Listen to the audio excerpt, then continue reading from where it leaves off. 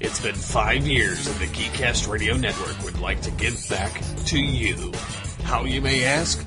Well, first of all, we're coming up with a brand new website to be launched June 1st, 2014. In addition to that, there'll be many new features for interactive abilities. So how do you enter into this magical celebration? Well, Geekcast Radio has a contest where you can win some awesome prizes, ranging from comics, Blu-rays, DVDs, trade paperbacks, and comics, and more. How do you enter? Write in your favorite stories of how the Geekcast Radio Network has affected you in the last 5 years, and how it's unleashed the geek in you. You can also enter by writing reviews on our shows on iTunes. For more information, visit www.geekcastradio.com and click on the banner. So until next time, unleash the geek in you.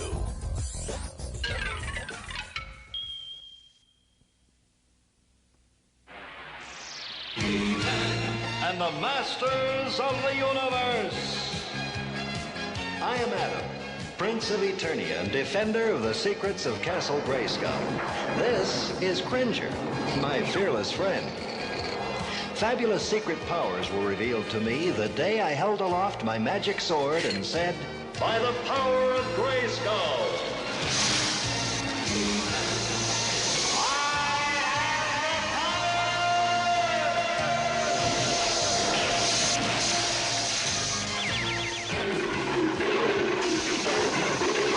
Cringer became the mighty Battle Cat, and I became He-Man, the most powerful man in the universe. Only 3 others share this secret. Our friends, the Sorceress, Man-at-Arms, and Orko. Together we defend Castle Grayskull from the evil forces of Skeletor.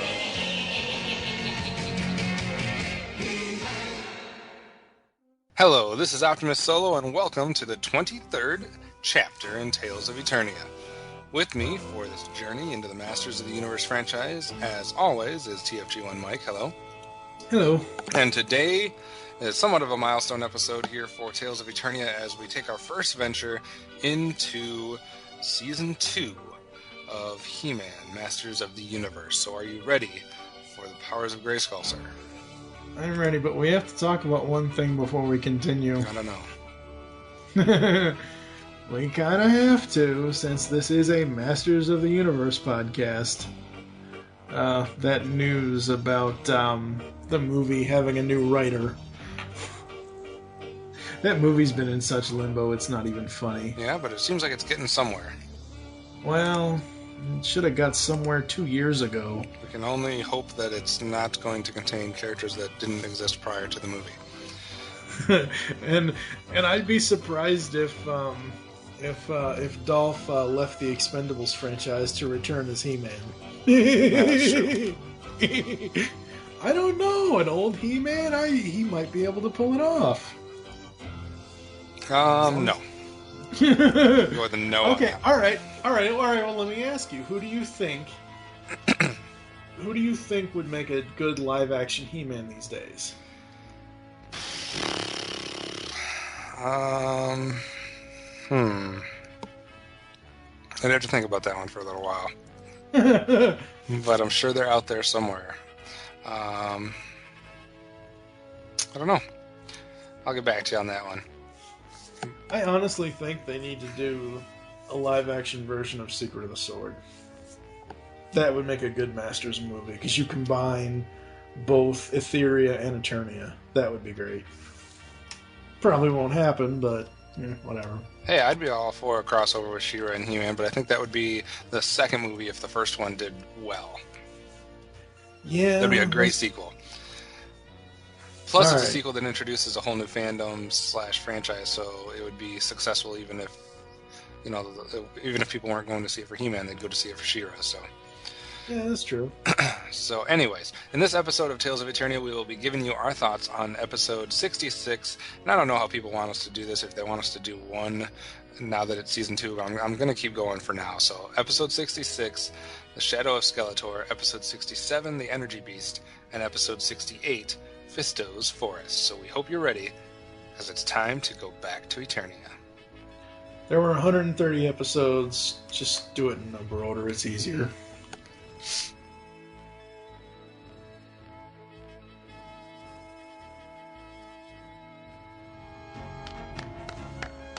Many faces. That was a great rehearsal. I appreciate your helping me go over my lines of the play, Tila. How do you like my monster disguise? It's really scary. Anyone here seen Orko? A monster! I'll save you, Tila. No, Ram! No, Ram Man, don't no. It's me, Manny Faces.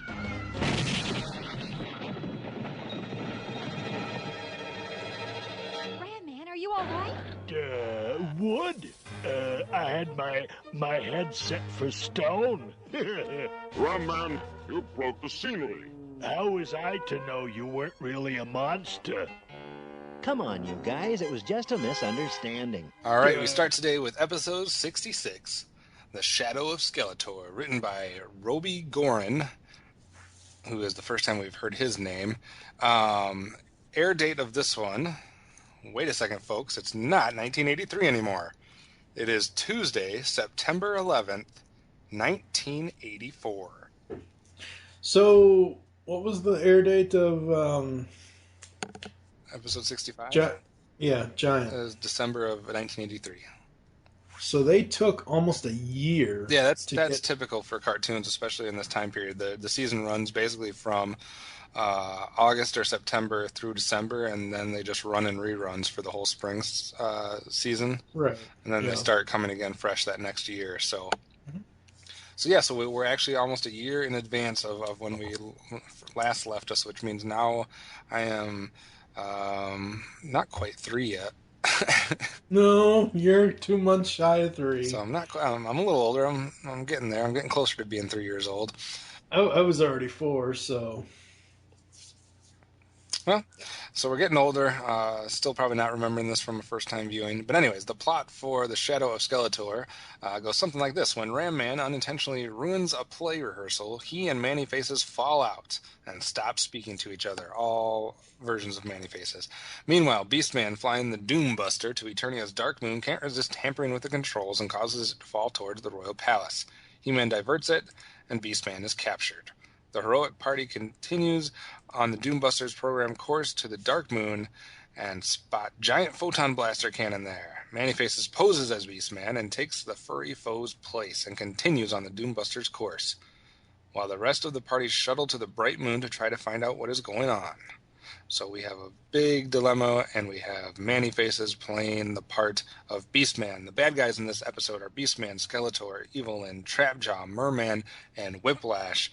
And you have your regular masters with obviously Ram Man and Manny Faces. So for all of our complaints towards the end of Season 1, we were wanting more evil warriors, and they said, here's the first episode of Season 2, we'll give you a whole slew of them.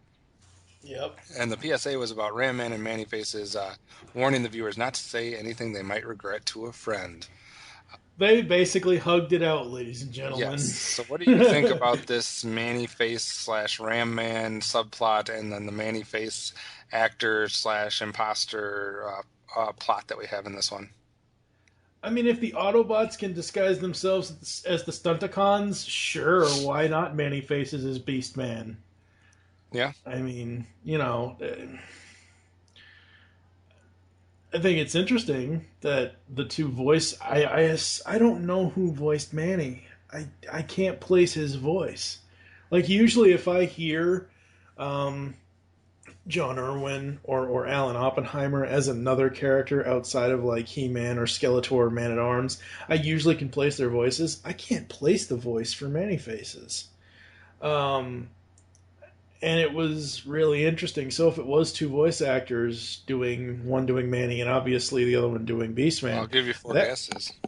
No, I don't want to guess. Just tell me. It's Lou Scheimer.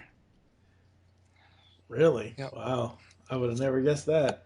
Well, I think you would have after the other 3 guys in the show. It's either Linda Gary or, you know... I'd be a really manly Tila. But no, the whole thing with Manny and Rami, I thought it was interesting. It was a fun little side thing. They're basically the odd couple of Masters of the Universe, is what they are. And all I could think of is that stupid ad. Mom, she's touching me. I'm not touching you. I'm not touching you. I'm not touching. That's all I could think of the whole time I was watching the two of them fight. Interesting. Well, what about the Manny faces as far as the Beastman, Imposter, and that type of angle that they went with the episode? I liked it. I thought it was interesting.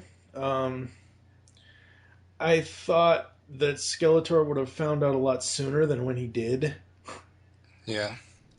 I almost think that Skeletor might have known the whole time. Like when Manny Beast first showed his face to Skeletor. I thought Skeletor knew right then, but I wasn't sure. But I liked it. I mean, it was interesting. And something new for season 2 to the listeners here is we will be including Orko's fun facts that come off of the BCI DVD box sets for each episode. Sometimes we'll share all of them, sometimes we'll share none of them, sometimes we'll share some of them. It just depends on which ones we find interesting. There is an interesting one on this one that I'm not going to share because I don't want to ruin it for anybody that's kind of going along the journey with us. But there is a few other ones.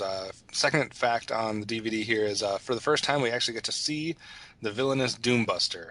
And apparently that ship was referred to in both Season 1 episodes, The Disappearing Act and The Double-Edged Sword, but they never showed us what it looked like. So there's some continuity with that.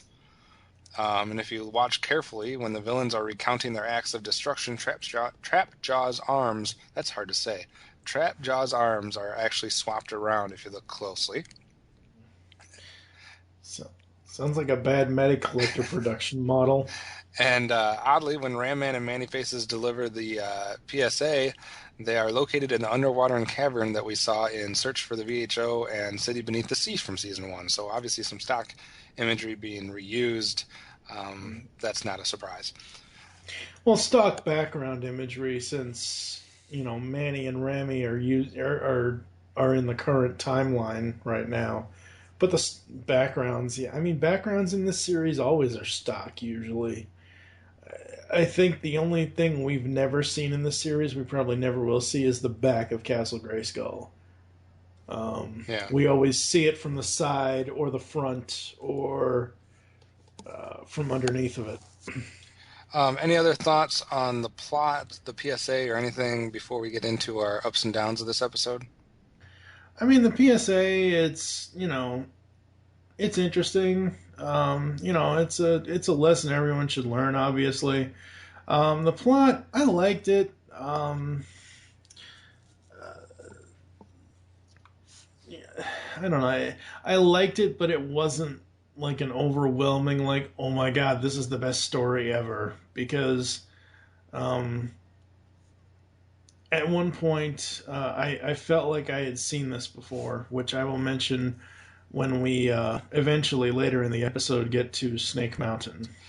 Well, see, I kind of like the fact in this one that up to this point we really haven't had any of the masters kind of at odds with each other.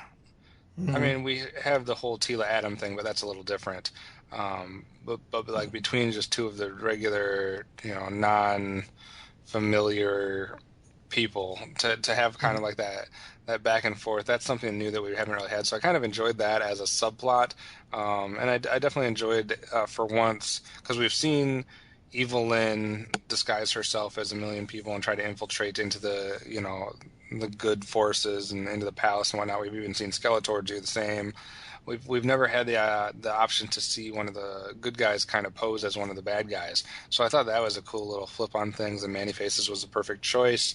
And then it always sets up that time where I thought they would do something that they didn't do before we saw it again, because it's just kind of a classic thing to do in a lot of different cartoons. But when you have like the two people both in disguise, and then you have to try to convince, obviously we saw it in Transformers with Prime and Prime in Generation 1, but it's been seen in multiple cartoons as well, and other things. And I thought we might get to see a little bit of that, where Skeletor had to try to figure out which was which. But it didn't upset me that they didn't do that either. But I just thought it set up an interesting dynamic where you weren't quite sure how it was going to play out. Was he going to get caught red-handed? Was he going to be able, how was it going to happen when the real Beastman came into the picture? So I actually enjoyed the plot on this one quite a bit. I don't even know where the real Beastman went. He escaped and flew off and had the, whatever that animal was, take him to Skeletor. But we never actually, I don't remember him showing up again after we see him fly off from the palace. Who's that? Beastman, the real Beastman. You mean... Oh, yeah, Beastman he just shows up with Skeletor? No, I don't remember after Beastman escapes the palace, after he escapes being imprisoned and he tells the flying thing to take him to Skeletor. Right. I don't remember seeing him even show up where Skeletor was. No, they came in together. Okay. Is what happened. Like, he takes him to Skeletor, which we don't see, that's off screen, and then Skeletor and him just show up. Okay. So, yeah, I mean, I guess they didn't take the time to see that, but maybe they didn't have time or whatever. But yeah, a good plot. I enjoyed it and set a good tone for the episode. So we'll see what exactly, specifically, we liked about this first episode of season 2. Almost forgot. Skeletor doesn't want me to touch the controls. Oh, you'll never know.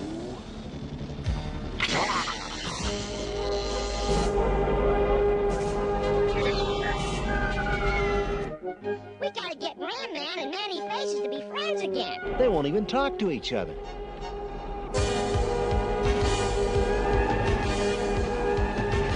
It's getting good at us. We have no time to lose. By the power of Grayskull!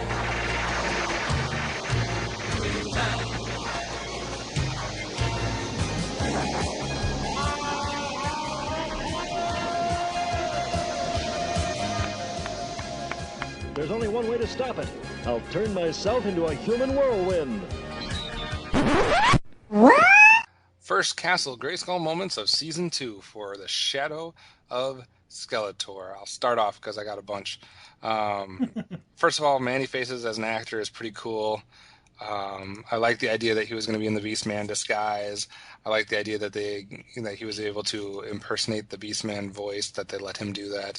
And I liked Ram Man and Manny Faces going back and forth with each other. It added another layer to the episode, added some character development, added some humor, and some reality that you can kind of relate to in your real life as you and a friend have probably fought at some point.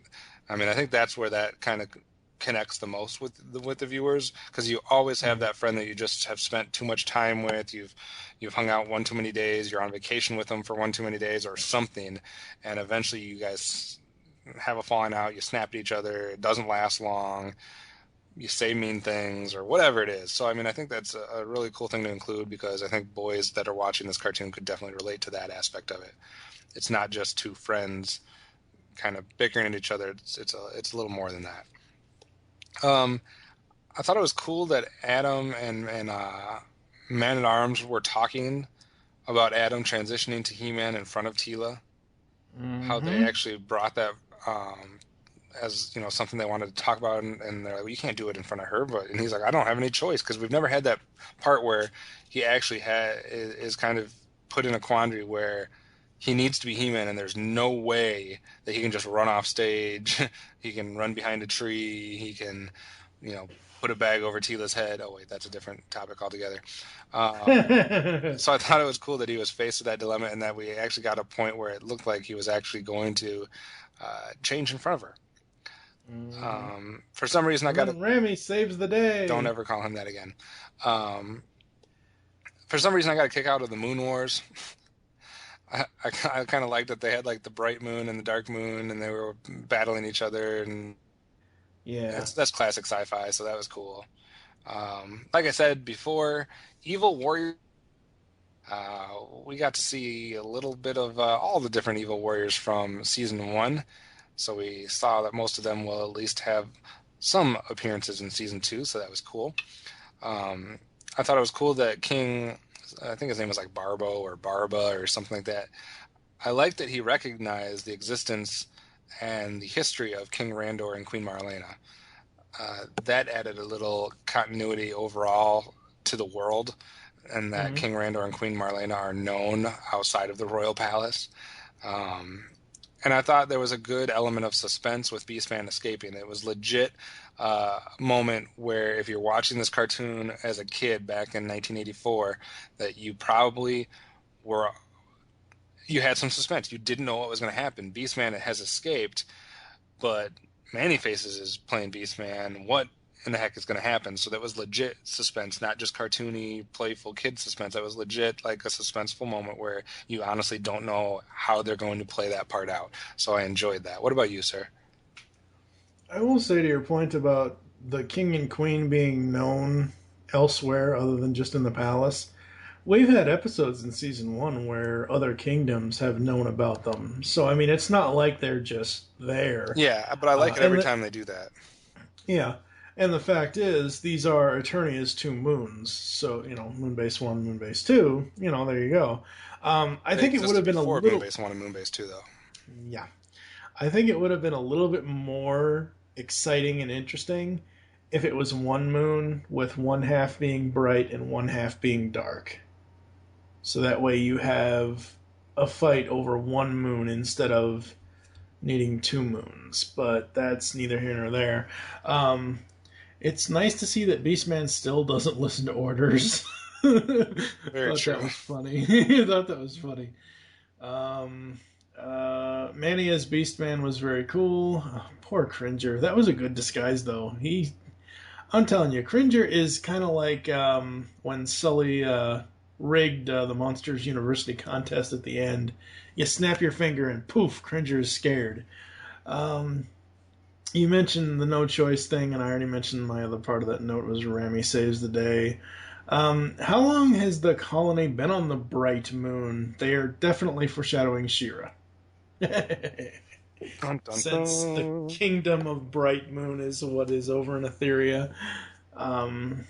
It's interesting to see Whiplash after we had seen Clawful in season 1. We did see Whiplash, I think, at least once. I don't remember it off the top of my head, but maybe you're right.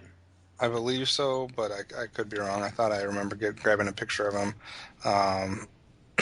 So, yeah, I thought it was interesting because I was expecting to see all the other ones, and I'm like, okay, that's it. And then they're like, oh, well, there's one more. I'm like, okay. Yeah. Anything else for you there at Castle Grayskull?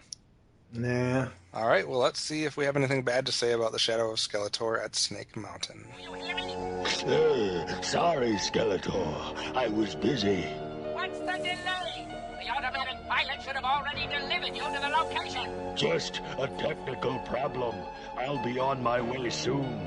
Excuses. I'm tired of hearing all your excuses. Fix the problem and go. Over and out. Yes, Skeletor. Our first trip of Season 2 to Snake Mountain, where we see if we have any lowlights. I will again go first, but this time only because I only have a few, and I feel like you're going to have more than me, but I don't know. First of all, can we stop doing this, please? He-Man as a human whirlwind. I had that too. I'm tired of He-Man trying to do impersonations of natural acts and disasters and stuff like that. He is not a weatherman. So I'm tired of that. He-Man should have died with that boulder landing on him. Mm-hmm. Okay, I can understand that He-Man is strong. He-Man is the most, the strongest man in the universe. And He-Man can lift up heavy things. He can brace and push heavy things. He can throw heavy things. But when a boulder is falling on you at a fast pace from a distance, it's not something that even if you're the strongest person in the existence of the world, that you're able to stop. Well, then, Christ, there's 2 scenes in this episode that He-Man should have died because I found another one at the end. But I'm just saying, I could understand if it was rolling at him. Mm-hmm. If it was rolling towards him and he braced himself and kind of took the initial impact and pushed back. But when something's dropping on you like that, even if you're strong, it's still going to be on you. You can't. Physics doesn't work like that. And of course, my always Snake Mountain moment whenever this happens. Rami, although it was clever that they paired it with Manny. Yeah, So it was Rami Rami and versus- Manny. I just don't like it when they call him Rami. It's not shortening it. Ram Man is 2 syllables. Rami is 2 syllables. There's no point to this. What are you Why gonna is he do? the only one that gets the kid name like he's a little jester? Well, technically, Manny, if you don't spell it Man-E faces, it's Manny is M-A-N-N-Y, so...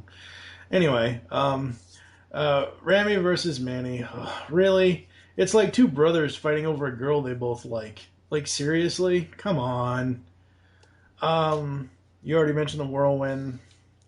And as I said at the beginning of this, I said that I felt like I had seen this before because of the disguise with Beastman. You already referenced a prime problem. But the other reason why I feel like I've seen this before is because since then I have, not when I was a kid, because this is the whole plot with the 2 moons and Skeletor getting the one moon, the dark moon, to fight the good, to fight the bright moon. It's basically the Quintesson Journal, where the Quintessons got 2 races of 2 different planets to fight each other and sold weapons to both sides. I'm sorry. That's basically we have what... reached our limit for Transformers references in this episode. No, we haven't. I edit this show. I will do any Transformers reference I want, damn it. He-Man came before Transformers. It doesn't matter. Okay, and the second death, or near death of He-Man. That just about ties up the photon blaster. Now let's set it off. Really, He-Man? Really? He was standing right there when it exploded. Regardless if he's the most powerful man in the universe, he should have been dead. Oh my god. The end of this episode. Ugh. What part are you talking about? At the end, the photon blaster. Mm-hmm. He twists it up and sets it off, and it explodes. He should have been dead. Oh. I must have missed that. I'll put a screen cap in the post. Because I know you won't go back and watch it. No, I got too much other stuff to do. Yeah, right. What else do you got? That's it. All right. Well, it's time then to hand out our first hardware of Season 2. Our awards and rankings coming up next. Look, the Moon of Darkness. Why would Skeletor want to send Beastman there? It's a photon blaster cannon. And it's ready to fire. We're done for unless I change into He-Man. Tila will see your transformation. I have no choice. Power Swords and Havoc Staffs in the Shadow of Skeletor. I don't know. What do you got for us? Any hardware to hand out?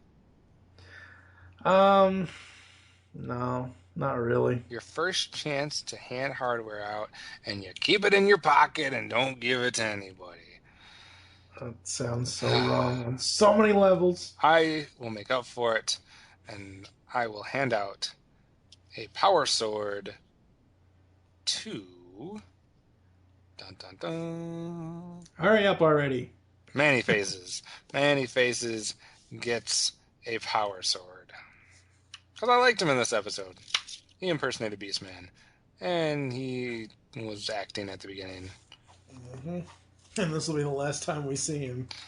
Don't spoil things for those who are watching. Jerk face. What do you rate this episode? 3 out of 5 Orcos. Really? Yeah. It just didn't grab me as a season opener. It really didn't. The fact that He-Man almost died twice is just lame. 3 out of 5 isn't bad. It's not like I gave it a 1. Yeah, but we wanted Evil Warriors. They gave us Evil Warriors. We wanted the ones that we haven't seen as much, and we see Whiplash, and we get a major appearance of Man. We see one scene of Whiplash appearing. That's something. it. That's something. And then we get a major appearance from Man-E-Faces, which we hadn't got to see much at all. And it's like, that is great. Then we got Man-E-Faces impersonating Beastman and infiltrating the evil people. And then we got Beastman getting free. We got suspense there. You act like I gave it a 0 for crap's sake. Yes. 3 out of 5 is not a bad rating. It's not good enough. I give this 4.5 Battle Cats, and I would give it a 5 if He-Man hadn't turned into a human whirlwind. So 4.5 Battle Cats. It was a great start to season 2. It started off on the right note, and I'm stoked and ready to see some more. So let's get on with episode 67, The Energy Beast. Wow! Man, I am just working on some great new inventions here. Hey, what's that? I never saw so many training wheels. Hey, I wonder how it works. Well, these must be the brakes. Oh,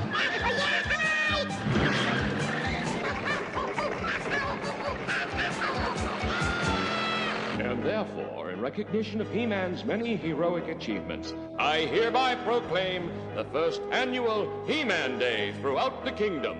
Well, how do you think it sounds? I like it. I think it's about time we recognized He-Man. Don't you agree? Well, I'm sure He-Man will appreciate this honor, Your Highness. I'll see to it that he receives. What's that? Orko. How do I stop this thing?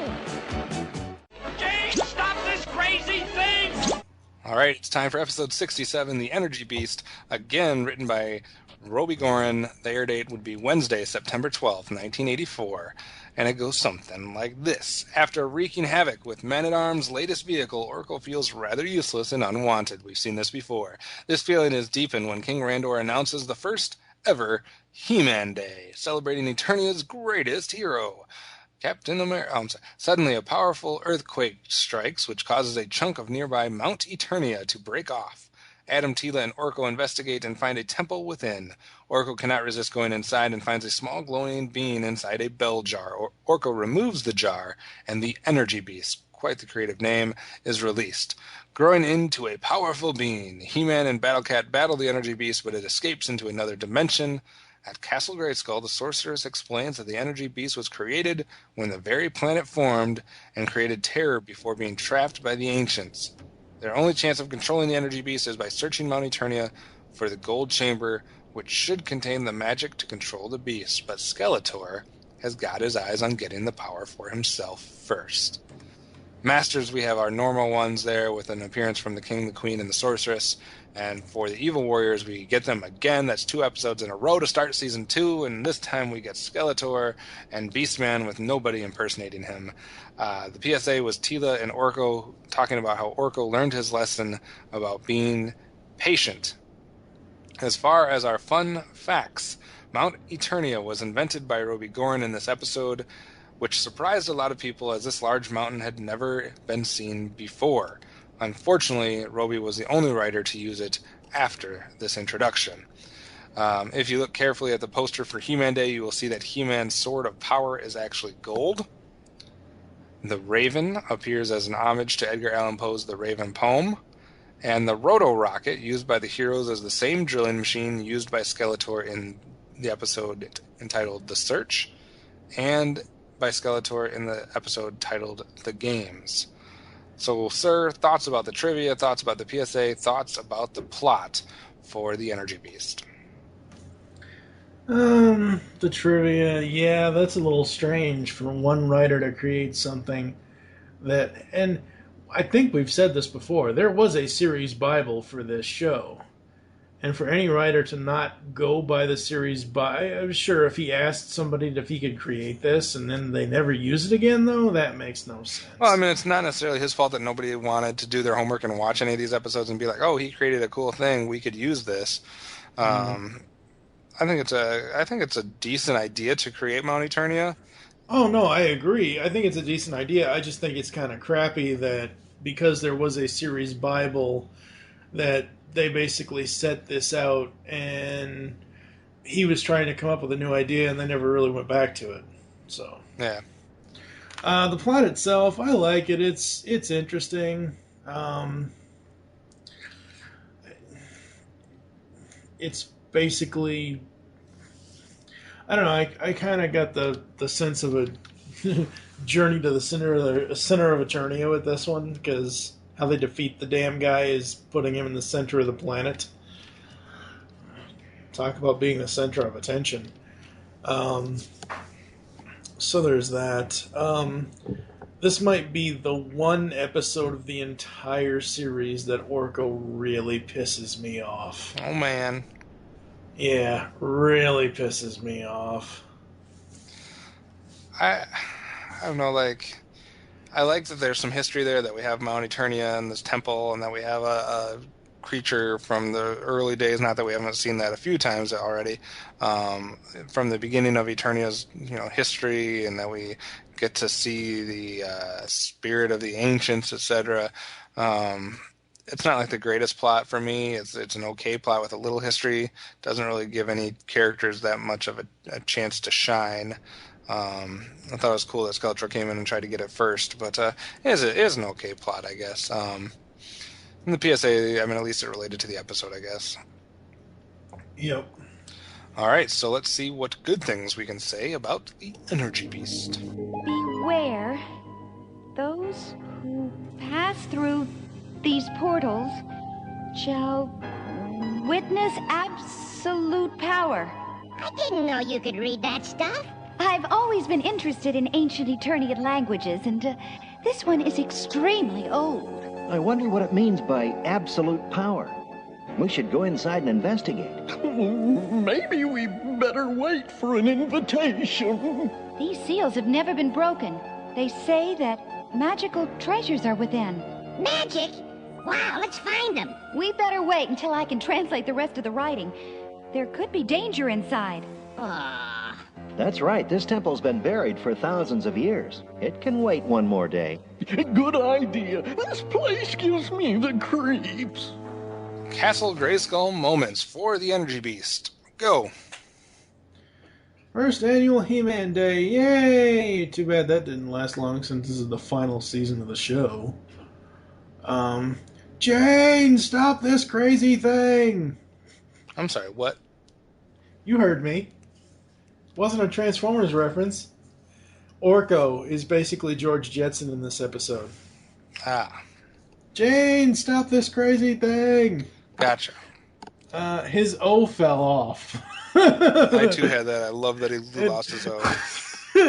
And Man-at-Arms picks it up and almost uses it as a mini hula hoop. Cringer has the right idea about moving to the beach. Yeah. I love the animation on He-Man riding Battle Cat as he's deflecting the blast from the Energy Beast. That's some new animation that I have not seen him do. Yeah, there's quite a bit of new animation that we get to see in these first few episodes. Yeah. It's an interesting episode as far as Skeletor wanting to strike a deal with the Beast. Granted, we have seen Skeletor do this in the past, but it's nice to see that the Evil Warriors are back in full swing. Cringer always feels faint. What about you?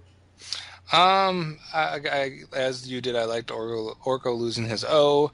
I like that we had a little character development for Teela on getting to know that she has a knowledge of languages. I like the idea of tackling the fact that everybody wants to be famous, and that they use that specific word of famous. Not everybody wants to be loved, or not everybody wants to be powerful, but they said famous because I think that's something that a lot of kids do need to deal with. They kind of grow up in this media world where it seems like the end-all be-all is to be famous, and I like that they're tackling the idea that Orko wants to be famous, and that's not all it's cracked up to be.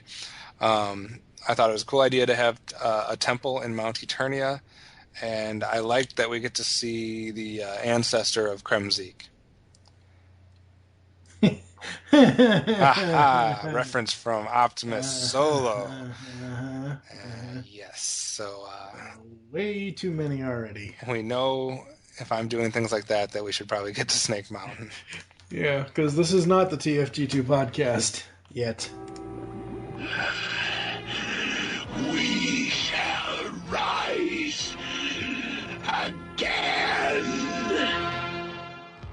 I'll be back. And when I return, the ancient secrets will be mine.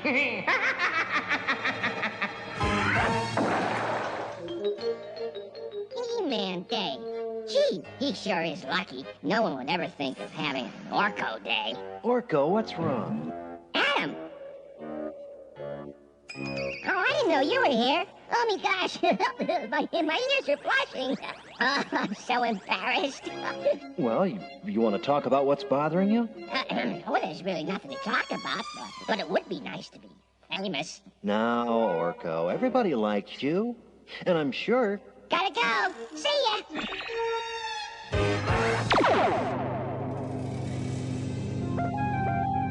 It's Snake Mountain time for the Energy Beast. Wait a second. How did that bird with a face, which I think they're trying to tell me is a raven, get into Castle Grayskull? Yeah, that was a little fishy. Maybe he flew in through the window. Are there open windows? Did the sorceress leave a window open? That damn sorceress. This is ancient times, dude. Windows there were never any real windows in Did the sorceress leave her force field down? Who designed that thing? I don't know, but that's an ugly bird. That's one of the worst designs we've seen in the entire series. That raven with a face is awful looking. Yeah, just awful looking. And if you want to see a picture, we can put it in the post, but it's also at Behind the Voice Actors for the image for that character, since it does speak. Will be up there. He-Man is a human welder? Oh, God, I meant to write that down. He took a pipe with both his hands, or whatever it was. I think it was a pipe. Yeah, it was the pipe and the drill. Yeah, that had like a jagged edge, and he pushed them together, and without ever actually touching the two parts that were broken, his arms were way far away from that. With just telepathy, apparently, or something, the force he used, the pipe welded itself back together. Yeah, ladies and gentlemen, He-Man is not super... I got so pissed when I saw the pipe turn red. He-Man does not have heat vision, you asshats. Or the force. Oh my God. The heat vision is more accurate because it did turn red at one point. And I... Go ahead. Well, and also, where did He-Man disappear to? Yeah, that's a little fishy, too. They're going in this thing with this vehicle, etc., and they're in a cave, basically, so there's nowhere else you can go. And then all of a sudden we have Adam switching to He-Man, and then He-Man disappearing in Adam, and it's just like, well, no, they're in a cave? This doesn't work. You can't switch back and forth now, people. Yeah, no. Not really. And I want to know who was in charge that said, hey, okay, we have Mount Eternia, which is this kind of landmark structure in the history of the planet. And inside we have a temple that dates back to the early times, and we have this energy beast which dates back to the beginning of the planet, and he was basically trapped by the spirit of the ancients, etc., which is a very old and classic figure in our history. And then we are going to give that voice to the spirit of the ancients. It didn't work at all. Like, I need some epically old, crusty, cringy, something that speaks to how old this thing is supposed to be and how like revered it's supposed to be. It sounded like the youngest voice in the entire episode. Yeah, you really needed like a George Takei's Alpha Trion or something like that, or you needed or you needed one of the guys to use a deep voice or something. Yeah. It sounded like they gave the direction of, hey, sound like a college kid. That was weird. Where's Adam and Cringer? Oh, they're safe. Wait a second. That is not a good enough explanation.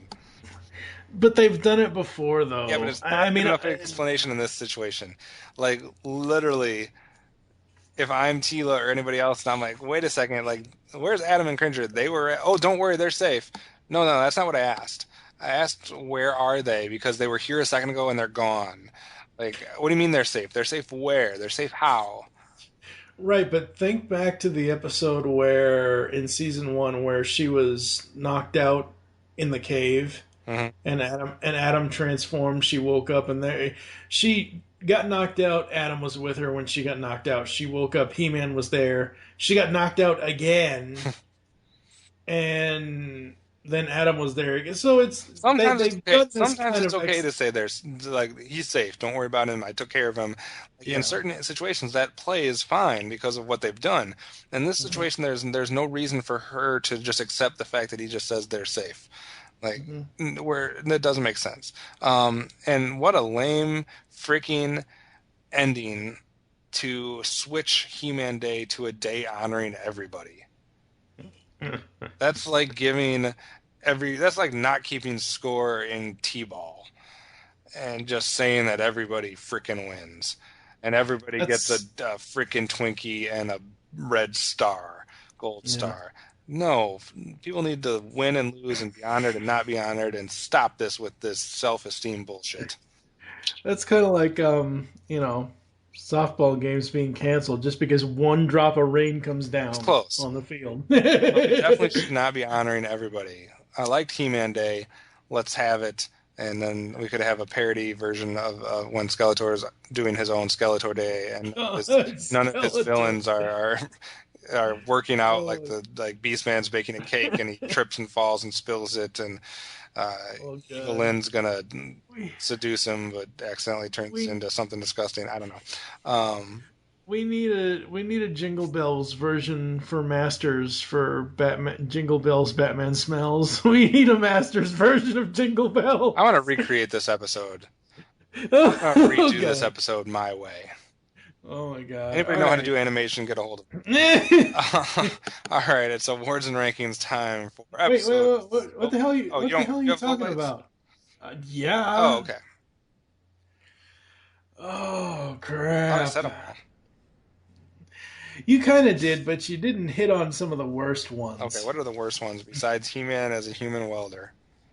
Orko, don't you dare start doing stupid stuff. And damn it, Orko, you should know better by now than to go someplace you're told not to. There's He-Man. No shit, Orko. He's smashing through solid stone. Have you not been paying attention at all? Orko, seriously, come on. How long have you known this guy? You've had 66 episodes, Orko. How convenient for the plot that Teela gets trapped so she can't see the transformation. And how the hell did the Power Sword do that? And then wait. The Power Sword cuts a circle around the top of the damn mountain to send the beast to the center of the planet. Yet when he closes it up, he doesn't even seal it. Boo. He just puts a... Oh my god, this episode. Ugh. Okay, it's not that bad. Yes, it is. I mean, you didn't like the last episode, so I guess for this one it would be bad. Mm-hmm. Oh, let's see exactly what you gave it.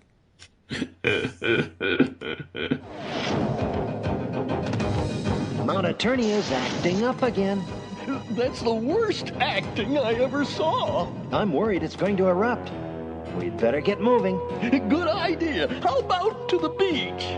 Well, I am afraid to get to this section for this episode because I didn't dislike it as much as I believe you did, but I don't have any hardware to give out because nobody really stood out one way or the other. I have a feeling, though, you're going to make up with that with your first Havoc staff of Season 2. That's right. Who's it going to?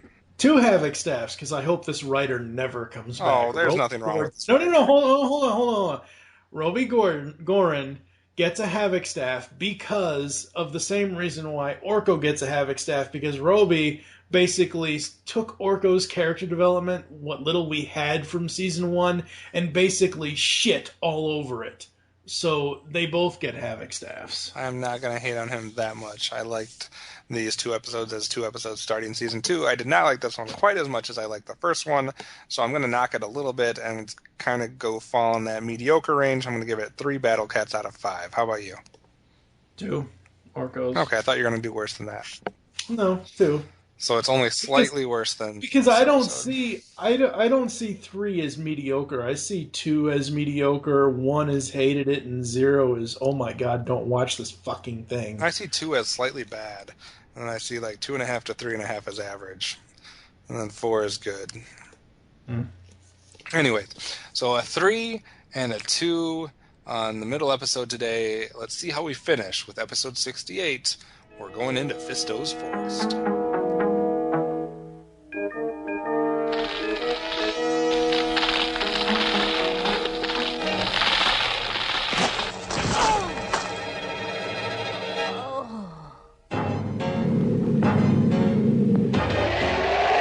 Hold on there, Mr. Grassler.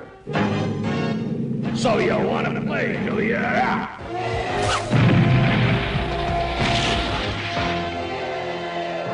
Well, you're all right now, lad. Let's go.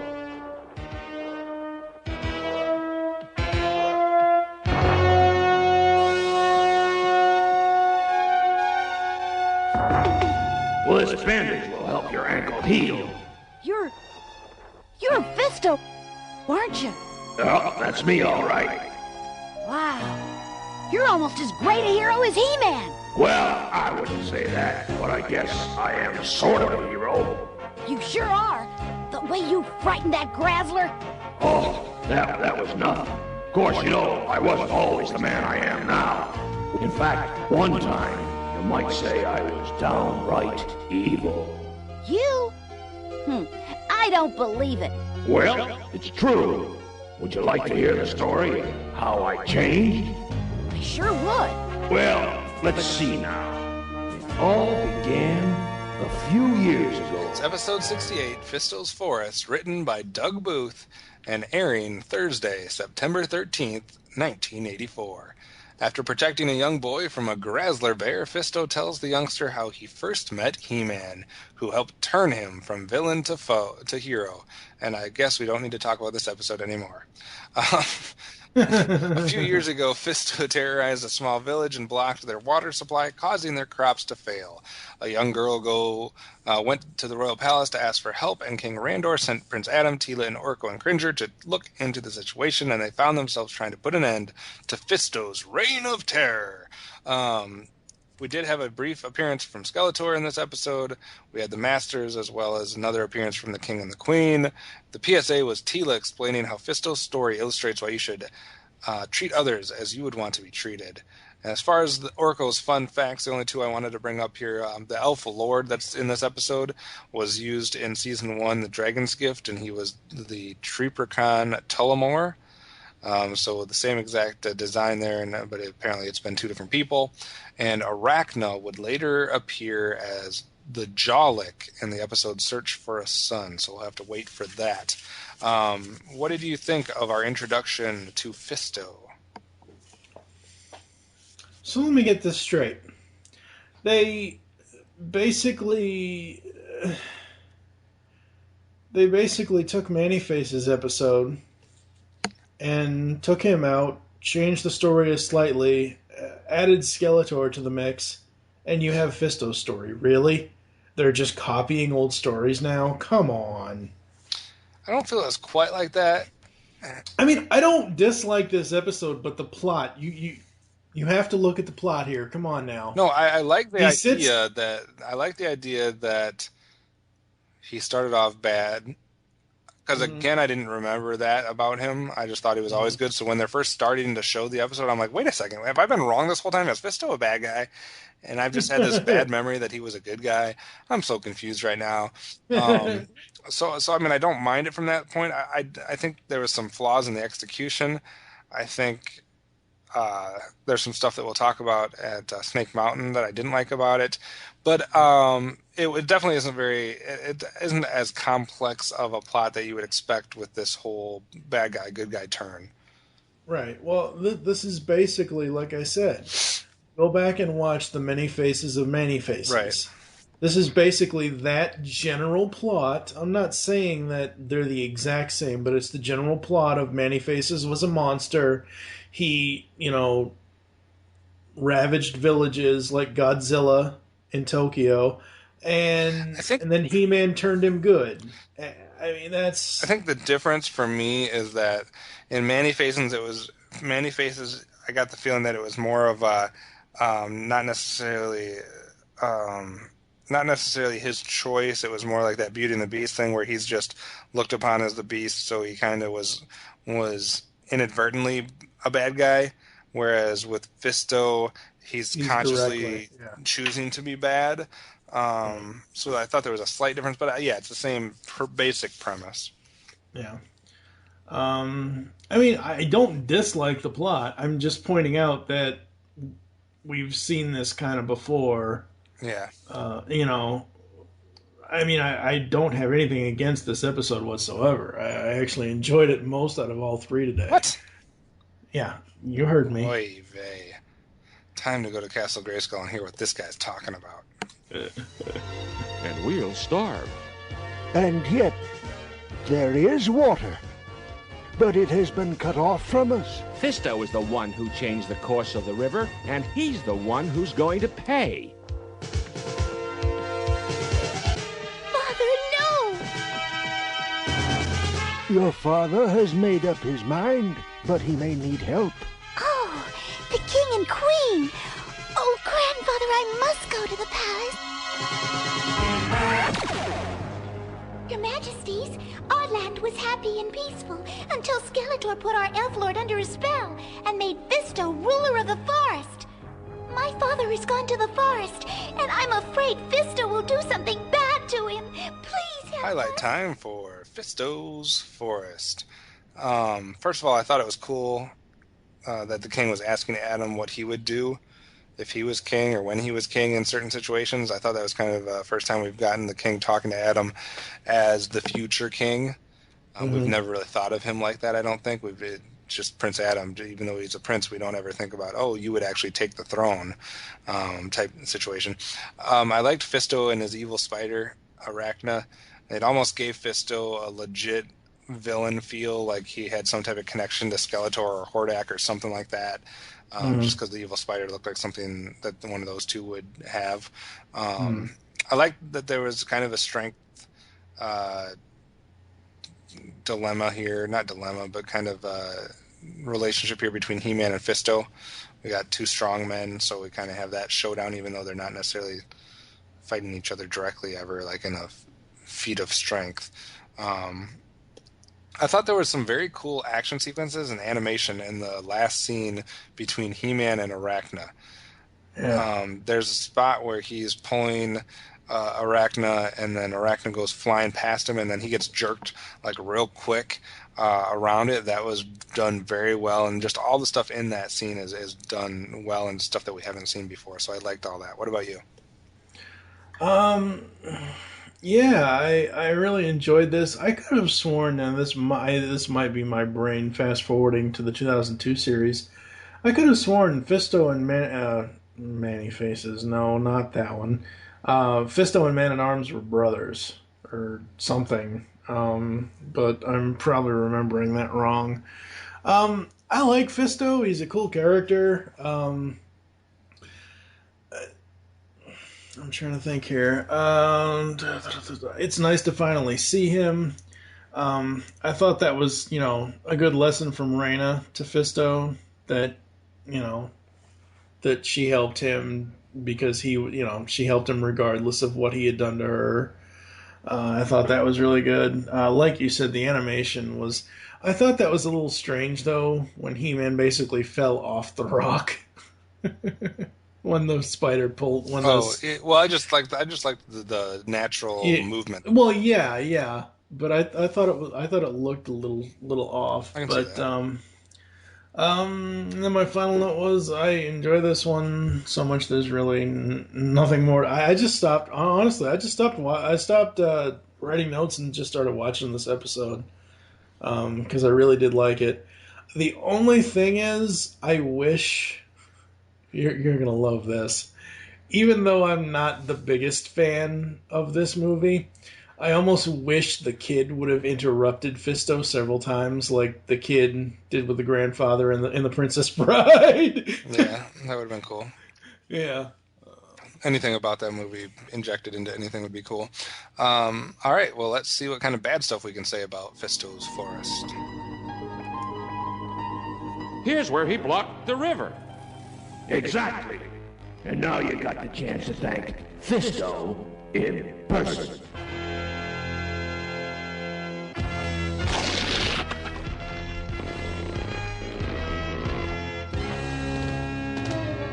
Three words for you about this episode. Voices, voices, voices. Raina's voice was terrible. Multiple side characters' voices were terrible. Linda Gary was working overtime on this episode, and it did not pay off. God rest her soul. I just don't know how much confidence I have in Doug Booth's writing. I think he takes a lot of shortcuts and doesn't feel the need to explain anything. Not buying that tree would have kept Fisto down. He's supposed to be set up as a strong man, and like this tree randomly, lamely ends up on top of him, and now he's just giving them. I give up. It's over. There's a tree on me. I can't do anything. I have a ginormous metal arm, but I can't do anything. Fisto basically turned into Ram Man this episode, because that would be something that Rami would do probably. He would give up immediately. Yeah. I don't also buy, like, Raina gets out of the cage, prison, whatever you want to call it, after Orko slams her in the ass a couple times. But my question is, why didn't Orko just follow her right out? Orko's a dumbass. I mean, he could have easily flown through the bars. Mm-hmm. He wasn't that much. I mean, he was smaller than that area, so he could have got out there. And that change was just way too quick for me as far as Fisto's turn. He went from bad to good with no development whatsoever, with no time whatsoever. It's just like, oh, you did something good for me. I am good now. No, come on now. You weren't evil then. That was just like, I'm a writer. I want this guy to go from a bad guy to a good guy, so we'll let him see one good deed, and I don't need to do anything else. He can be good now. Mm-hmm. Blah. Blah to you, Doug Booth. What about you, sir? Did we actually see Skeletor in this episode? Yes.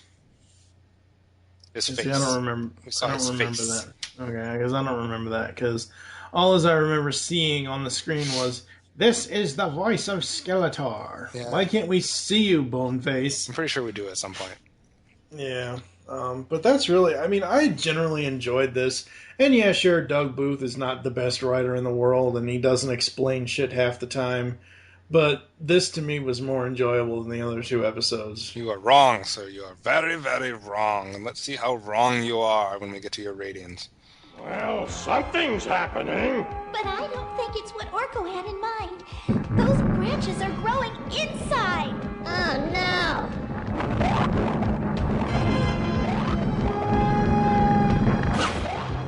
It's no good. They keep right on growing. I didn't say grow tree. I said go free. Time for some of my magic. It's your last chance to hand out hardware for the first episode of Season 2. Power Swords or Havoc Staff, sir?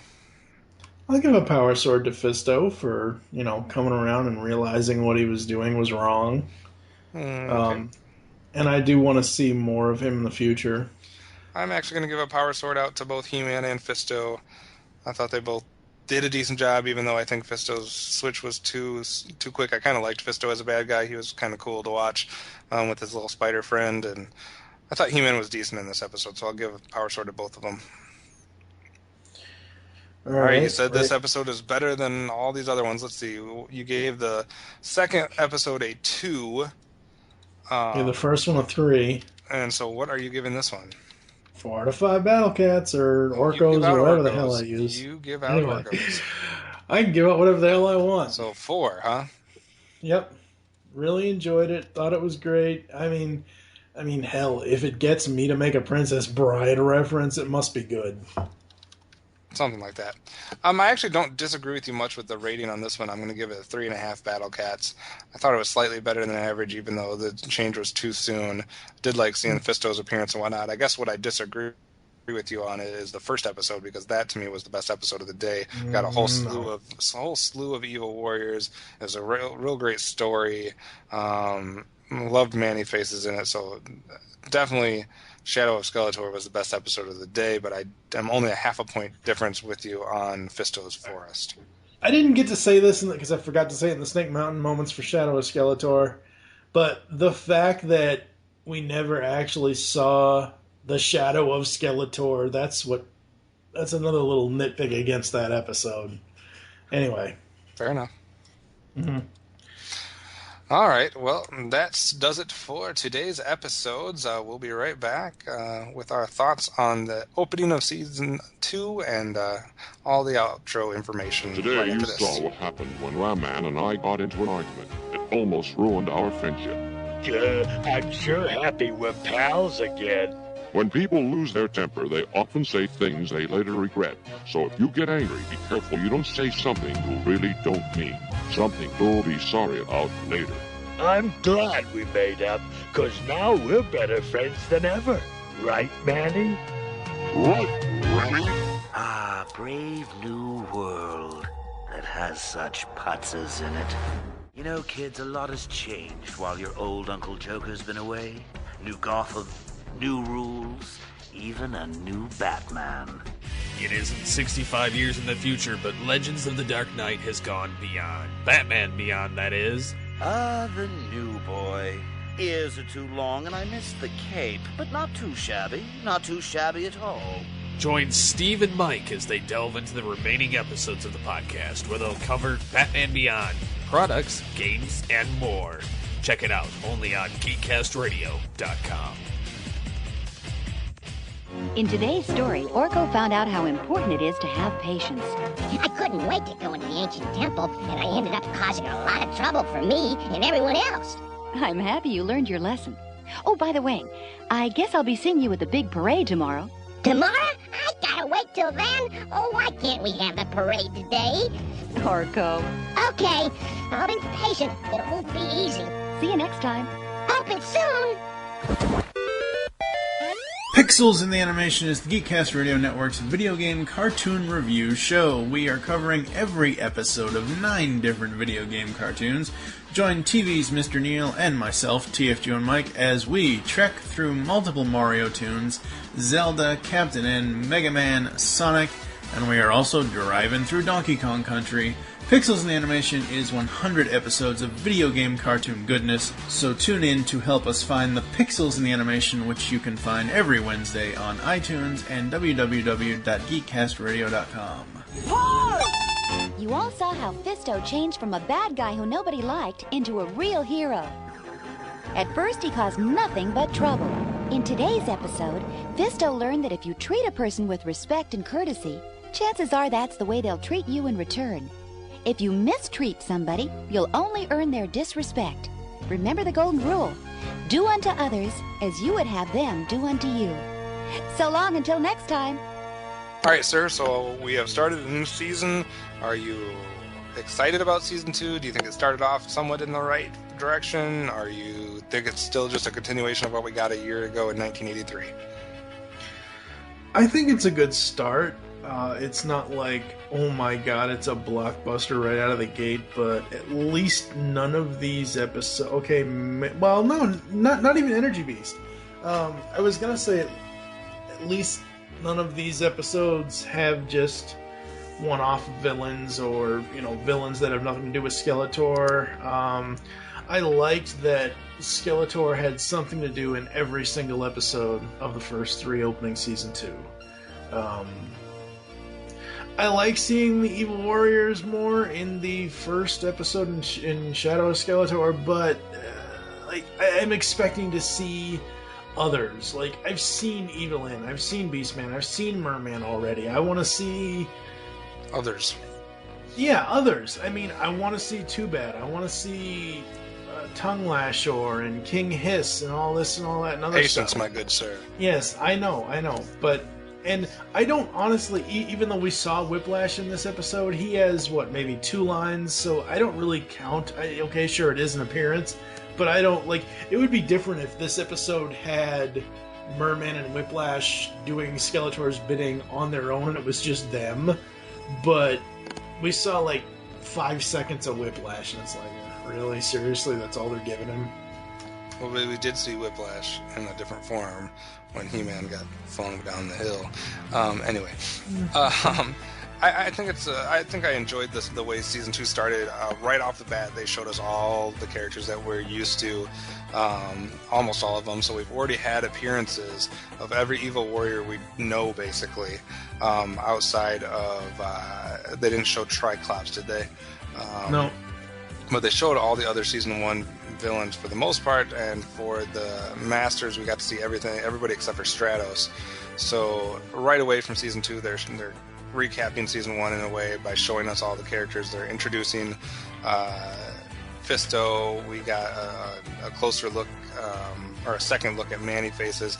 So I'm not upset about any of that. I too, like you, enjoy that even in the episodes that didn't focus on Skeletor, we got to see his involvement or his correlation to whatever was going on. So I thought that was cool. And none of the episodes to me were bad. I think we had one slightly, very, very, very slightly above average, one above average, and one really good episode. So nothing to be upset about yet. And it just means that there's a lot more to look forward to. I know we got a lot of episodes left, and a lot of characters to get to. So, process of elimination, we're going to have some new characters come in soon, I would think. Mm-hmm. All right. So, thank you for listening to Tales of Eternia, and if you'd like to get in contact with us or leave feedback for the show, there are several ways to do so. Visit the website, www.geekcastradio.com, where you can comment on all of our posts. Send an email to feedback@geekcastradio.com. Leave the show feedback in iTunes. Please do that. Follow us on Twitter, @GeekCastRadio. What's yours? TFG1Mike. And mine is @OptimusSolo. You can follow us on Facebook. Just search out Geekcast Radio Network. You can call the voicemail line, tell us the show you're leaving the message for and your name. The number there is 502-526-5821. We hope you enjoyed the tales today, and don't forget to join us on our next adventure when we will be continue Season 2, discussing Episodes 69, Episode 70, and Episode 71, which are The Gamesman, The Rarest Gift of All, and To Save Skeletor. For now, I'm OptimusSolo with TFG1Mike. By the powers of Grayskull, you all have the power. So, we actually did get a new iTunes review since the last time. This comes from Cosmic Psycho, who initially, I think his first review was on Pixels the Animation, and then I think he also reviewed Legends of the Dark Knight. Mm-hmm. Yes, I was right on that. So he says, pull it up here. Come on. He says, powerful indeed, a 5-star review left on March 22nd. Sorry, we're only getting to it now.